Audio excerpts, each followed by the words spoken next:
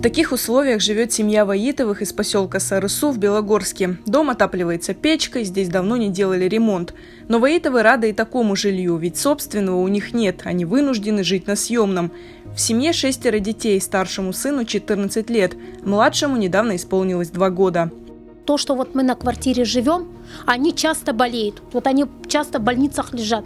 Потому что каждое вот это то, что мы переезжаем, у нас нет своего дома. Я не могу ни ремонт делать. В чужом доме ремонт не сделаешь. 2 недели ходят в школу, 1-1.5 пропускать. В этом доме в Сарысу семья живет больше полугода. Хозяин дома пустил Ваитовых пожить безвозмездно. В каких условиях, можно сказать, невыносимых условиях, они зиму прожили и, естественно, сколько лет скитаются вот как с квартиры на квартиры.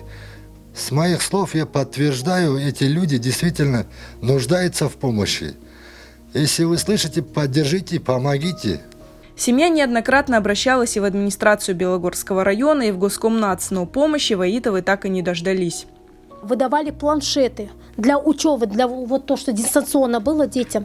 Выдавали планшеты, все выдавали. Зная, что у меня многодетная семья, у меня выхода нету. Вот даже вот детям взять ноутбук элементарный. Коронавирус был, они занимались дистанционно, по бумажкам занимались. Вот как учителя давали, копировали, ксероксы делали. Мы ходим в свой дом, чтобы у нас была комната. Сам мы будем играться в своей комнате. Я хочу, чтобы у нас был дом, чтобы маме было удобно, папе, чтобы им было платье, моим сестрам было удобно.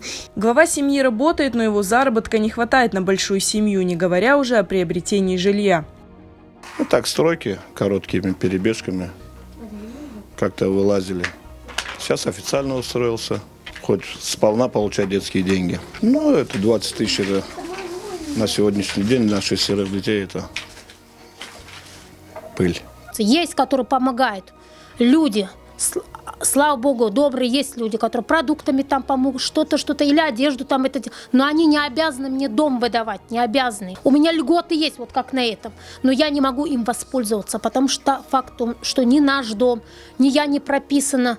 Вот так вот. А где муж прописан, там он тоже льготами не может пользоваться. Не получается у меня ничего. Вот я надеялась на вот этот мне. Думаю, жилищные вот это дадут мне, чтобы я добавила хоть какой-нибудь кусок, что-то купила.